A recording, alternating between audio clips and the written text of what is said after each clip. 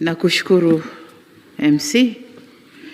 Mheshimiwa Dr. Hussein Ali Mwinyi, Rais wa Zanzibar na Mwenyekiti wa Baraza la Mapinduzi, Mheshimiwa Waziri Mkuu Dr. Mwigulu Lameck Nchemba, Mheshimiwa Mussa Azzan Zungu, Spika wa Bunge la Jamhuri ya Muungano wa Tanzania, na wote walotoka kwenye mhimili huu wa Bunge, kinitambue uwepo wa wakuu wa chama changu, Chama cha Mapinduzi, uongozi wa kitaifa wako hapa wote, na juzi tumeingiza nguvu. Kwa hiyo tuna Comrade Mwandri kaingia, yuko na sisi hapa. Sasa subirini kumwambia katibu mkuu soma hiyo. Lakini pia tumebadilisha sekta ya uchumi na fedha, ndugu Jamal anakuwa mchumi na fedha. Asanteni sana. Nitambue uwepo pia wa Dr. John Jingu ambaye ni mtendaji mkuu wa mahakama anayewakilisha mhimili wa mahakama na wote waliokuja naye. Mheshimiwa Balozi Dr. Moses Kusiluka, katibu mkuu kiongozi, tambue uwepo wa ndugu Mansura Kasim, na yeye pia ni katibu mkuu kiongozi Serikali ya Mapinduzi Zanzibar na katibu wa Baraza la Mapinduzi. Mheshimiwa Profesa Kitila Alexander Mkumbo, waziri wa nchi, CRS, mipango na uwekezaji, kitambua uwepo wa mwenzio mlio saini leo, ndugu Juma Malik Akil, waziri wa fedha kwa Serikali ya Mapinduzi Zanzibar, kitambua uwepo wa mawaziri wote na manaibu mawaziri kutoka serikali zote mbili mliopo nasi hapa. Nitambue pia uwepo wa gavana wa Benki Kuu, yupo pamoja nasi Emmanuel Tutuba, lakini pia kamishna mkuu wa TRA, kwa naona sura yake kwenye screen, najua yupo pamoja na sisi. Waheshimiwa mkuu wa mkoa wa Dar es Salaam Albert Chalamila, pamoja na wakuu wa mikoa mliopo nasi katika shughuli hii, wakuu wa vyombo vya ulinzi na usalama, ndugu makatibu wakuu na manaibu makatibu wakuu, ndugu Angelina Ngalula, rais wa shirikisho la sekta binafsi Tanzania, na viongozi wengine wote wa vyama vya kisekta, kinitambue uwepo wa ndugu Ali Amur, sijui ni rais au mwenyekiti wa chemba ya biashara kule Zanzibar, waheshimiwa mabalozi na wakuu wa mashirika kimataifa mliopo, ndugu viongozi na watendaji wakuu wa taasisi za serikali na sekta binafsi, wafanya biashara na wawekezaji ndio hao, waheshimiwa viongozi wa dini, ndugu wanahabari, wageni waalikwa, mabibi na mabwana, Jamhuri ya Muungano wa Tanzania, kazi na utu. Karibuni Ikulu, na tumshukuru Mungu kwamba ametujalia kuwa na mkutano huu leo. Karibuni sana. Lakini kama mnavyofahamu, tarehe 1 Julai 2026 tulianza utekelezaji wa dira hii tunayozungumza ya maendeleo ya 2050. Ni safari ya miaka 25 ambayo Watanzania wanatarajia kuona taifa likipiga hatua kubwa zaidi kiuchumi, lakini kijamii, vile vile kisiasa. Katika muktadha huo, tunalenga kujenga Tanzania yenye uchumi shindani, jumuishi na himilivu, ambapo mambo yake mengi ya kufikia hapo nilipopataja yamezungumzwa hapa, na nyenzo tayari tumezizindua za kutupeleka huko. Nawashukuru wote mlioko hapa pamoja nasi leo, na wale wote waliopata fursa ya kuzungumza kwa niaba ya taasisi zao kwa ahadi mlizoziweka kushirikiana na serikali katika utekelezaji wa dira hii na kujenga uchumi wa nchi yetu, na washukuru sana. Lakini vile vile niseme nimesikia changamoto zilizowasilishwa hapa, pengine baadaye nitagusia chache, lakini niseme nyingi tunazibeba na kuzifanyia kazi. Tutakwenda kuzifanyia kazi. Waheshimiwa viongozi, ndugu washiriki na wananchi wenzangu, sekta binafsi imepewa takriban 70% katika utekelezaji wa dira tunayoizungumza hapa ya miaka 25 inayokuja. Hivyo ni matarajio yangu kwamba katika safari yetu hii muhimu ya maendeleo, ninyi sekta binafsi mnayo nafasi kubwa sana ya kuongeza uwekezaji nchini. Sisi serikali kwa upande wetu tutaendelea kuweka mazingira wezeshi ya kisheria, kisera na kitaasisi ili kuvutia uwekezaji wa ndani na nje ya nchi na kutuwezesha kufikia malengo ambayo tumeyaweka kwenye dira yetu kupitia nyenzo ambazo tumezizindua leo. Lengo letu kuu ni kuwa na uwekezaji unaounganisha uzalishaji mkubwa na uzalishaji mdogo, lakini pia biashara kubwa na biashara ndogo, kuweka daraja na kufanya ukaribu na sio kama ilivyo sasa. Na hapa tunazungumzia sasa pia urasimishaji wa sekta ambayo haiko rasmi. Tunaelekea huko. Tunataka uwekezaji unaokuza ujuzi wa nguvu kazi ya ndani, ikiwemo kuwawezesha makundi maalumu ya vijana, wanawake na watu wenye ulemavu kushiriki kikamilifu katika mnyororo wa thamani ya uzalishaji. Nasema kwa msisitizo kwamba utekelezaji wa dira 2050 unahitaji sekta binafsi yenye maarifa, ubunifu na uwezo wa kukuza bidhaa, huduma ndani ya masoko ya ndani, lakini pia masoko ya kikanda na kimataifa. Na kuna ombi lilitoka hapa nadhani kwa rais wa sekta binafsi kwamba tuijenge sekta binafsi. Ilivyo sasa hamtafikia huku tunakotaka. Nami nataka kuahidi kwamba tutashirikiana kuijenga sekta binafsi.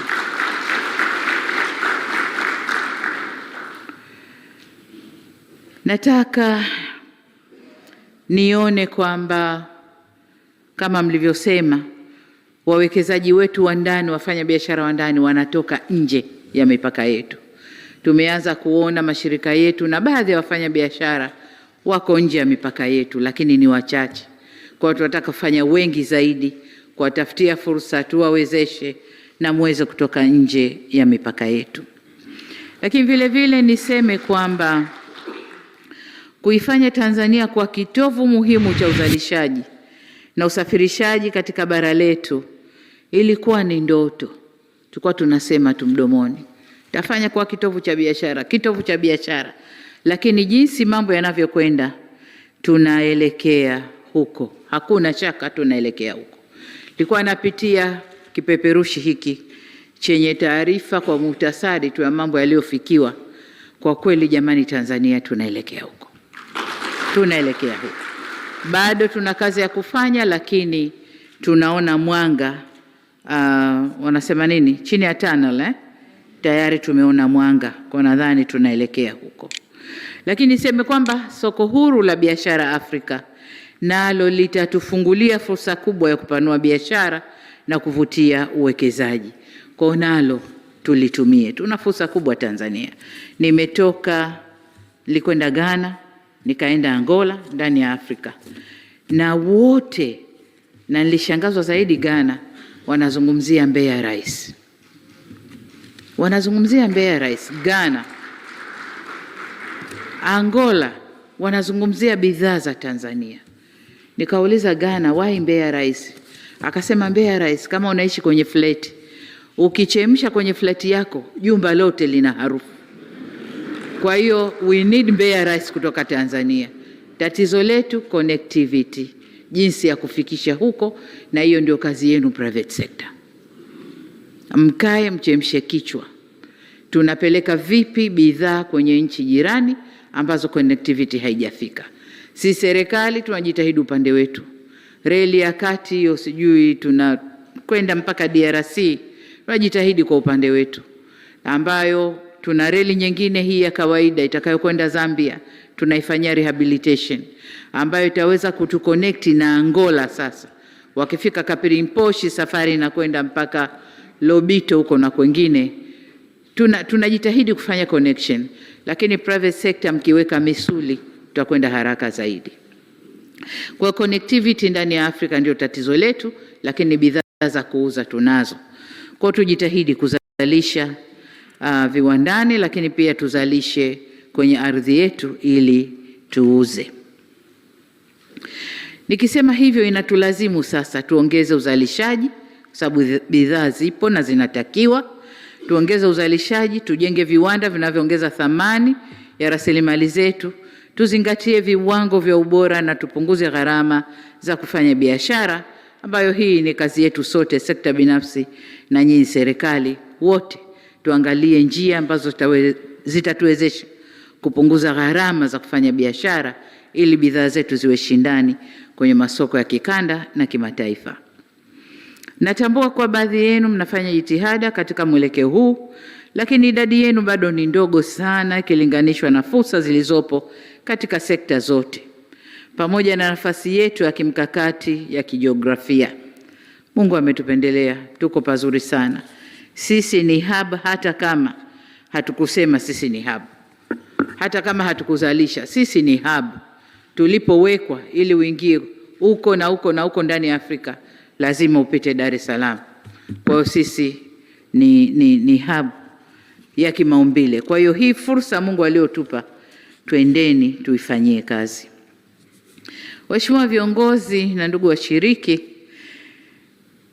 mwelekeo wa uchumi ya siasa za dunia, kama mnavyofahamu kwamba kuna mabadiliko kila siku.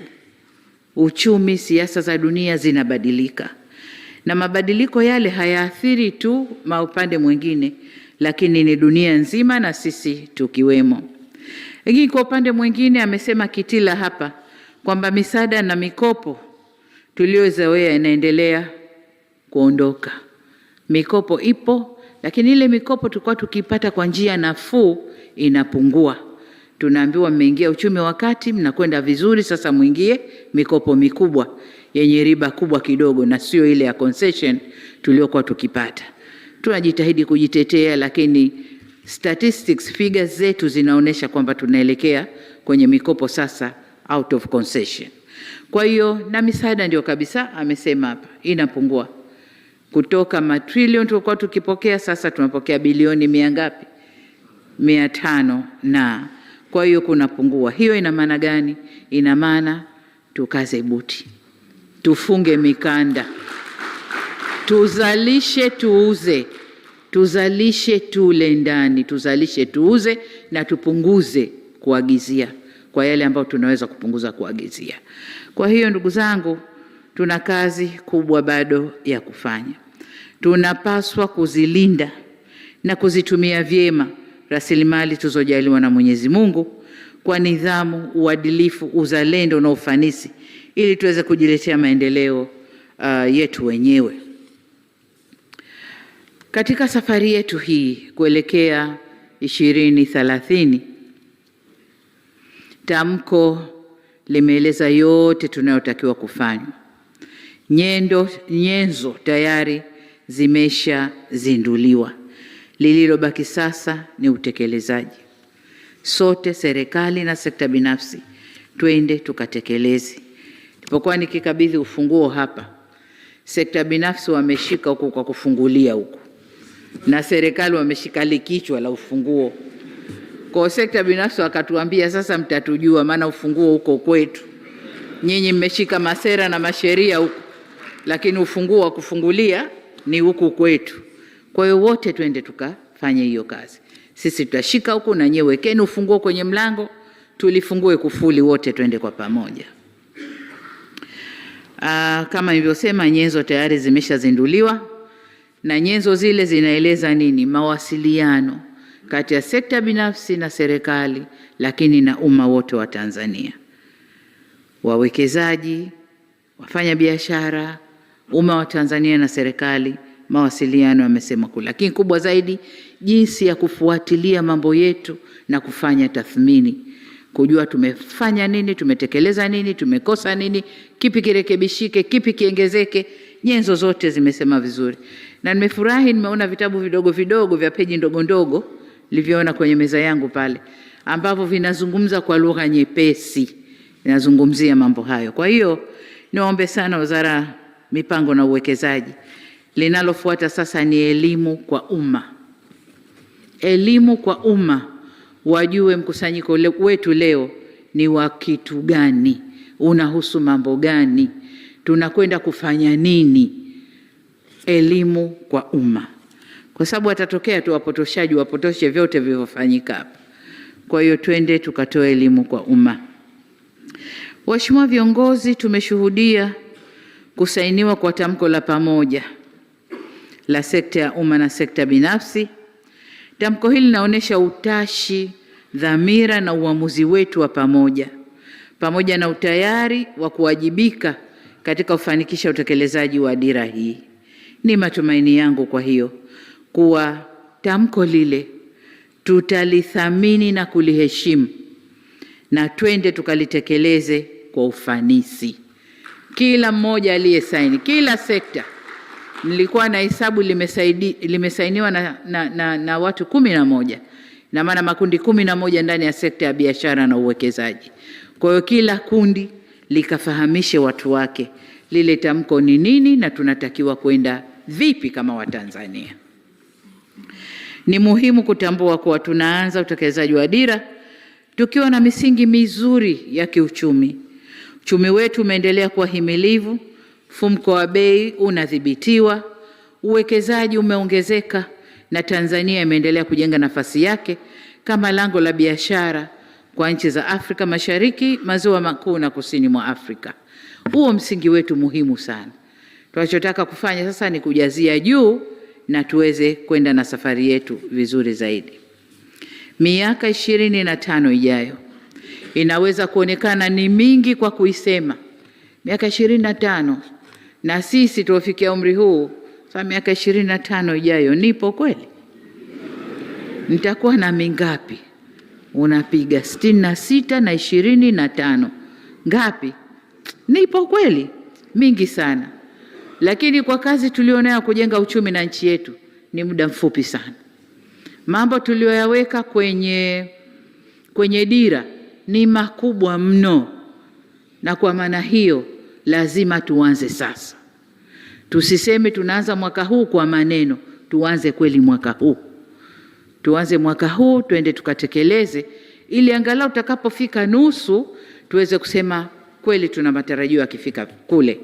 Kama Mungu atatujalia tuwe hivi, mambo yaende hivi, kule tukifundishwa uchumi wa sani, ceteris paribus, kwamba kila jambo litabaki kama lilivyo na nyinyi mtakwenda kama mnavyojipangia. Kwa twendeni tukaanze sasa. Waheshimiwa viongozi na washiriki wote, napoelekea kuhitimisha, nipende kusisitiza kuwa amani na utulivu ni mtaji mkubwa kuliko mitaji tulioidai hapa. Kuliko mitaji tulioidai hapa. Unaweza ukawa na matrilioni ya mapesa, kama hakuna amani na utulivu, hii dira haitatekelezeka. Hatutaweza kufanya chochote. Lakini tunaweza tusiwe na pesa sasa, tuna malengo, tuna dira letu, kitabu chetu, lakini tukaweza kutekeleza kama tutakuwa na amani na utulivu. Niwaombe ndugu zangu wote wa Tanzania, sekta ya umma, sekta binafsi, wote twende tuweke amani na utulivu. Lolote unalohisi litavunja amani usiliunge mkono. Twende tuiweke nchi yetu vyema na twende tukatekeleze kazi zetu. Mfanya biashara anapofanya shughuli zake bila hofu, anafanya vyema na uchumi unakuwa. Na yule wa ofisini anapomhudumia mfanya biashara bila hofu, naye mfanya biashara anapata nguvu ya kwenda kufanya kazi yake vizuri. Kwa hiyo katika safari yetu ya dira 2050 ni wajibu wetu kuilinda amani ya nchi yetu. Tukilinda amani na utulivu, tutakuwa tumelinda uwekezaji, ajira, biashara na kasi ya ukuaji kwa uchumi. Huo ndio umuhimu wa amani na utulivu, na ndio maana nikasema ni mtaji mkubwa kuliko mitaji tunayohitaji kuwekeza kwenye miradi yetu. Sasa ndugu zangu, nihitimishe kwa kusisitiza kuwa ushirikiano kati ya sekta ya umma na sekta binafsi uendelee kujengwa juu ya misingi ya kuaminiana na kuheshimiana. Bila kuaminiana tutashutumiana, tutasemana, lakini tutakapoaminiana, hata tofauti zikitokea, tutakaa tuzungumze, ziende, sisi tuendelee na safari yetu. Kwa twendeni kwa kuaminiana na kuheshimiana.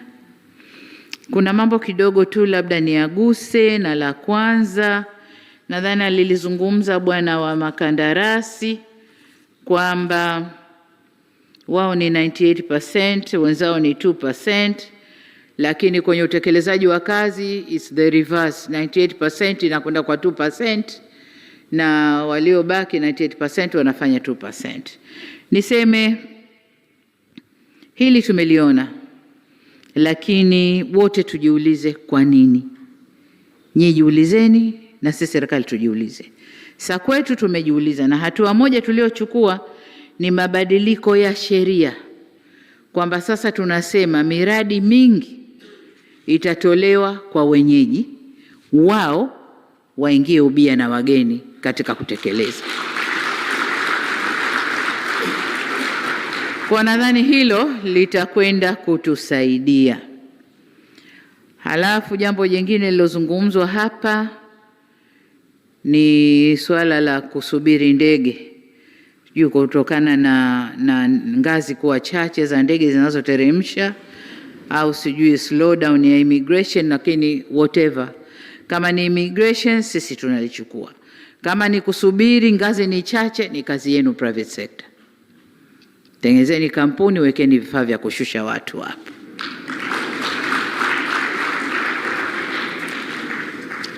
Jengine miundombinu tunaendelea kulifanyia kazi. Tutaendelea kufanyia kazi. Kama mnavyojua miundombinu ile pesa ni nyingi. Kwa tunajitahidi kujenga miundombinu na tumefanya kazi kubwa na tutaendelea kufanya kazi kubwa. Swala jingine nadhani ilikuwa la visa, na tumeanza mazungumzo na zile kelele, yale maeneo ambayo yanapigiwa kelele, na nadhani karibu mtaona matokeo yake, kwamba tumezungumza nao na wametuahidi wataongeza watu katika utoaji wa visa au wataweka madirisha maalum kwa wafanyabiashara. Nadhani karibu itasahihika. Sasa ndugu zangu, Bina, nataka ruzuku tutoe sisi serikalini, wakati wenyewe majiant mna generate mapesa huko, harusi mnazifanya kwa helikopta.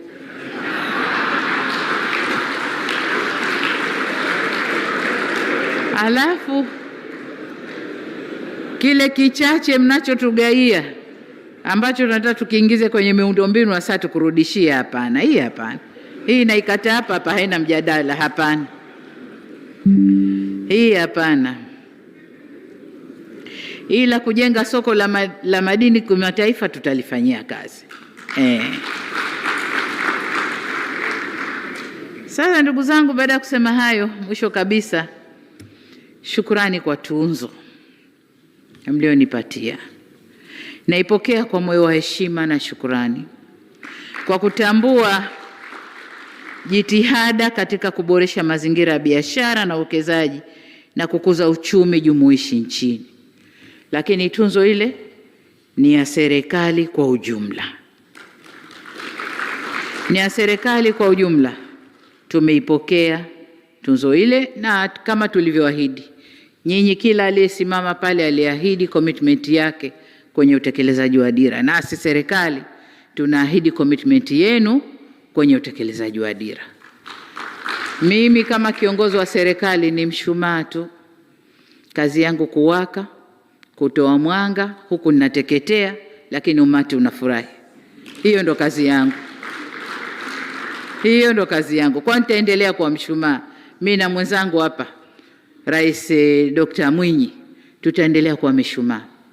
Tutawaka, tutoe mwanga, japo tunateketea, lakini kama umati unafurahi, basi sie ndo shukrani yetu hiyo. Tutaendelea kuwa mishumaa.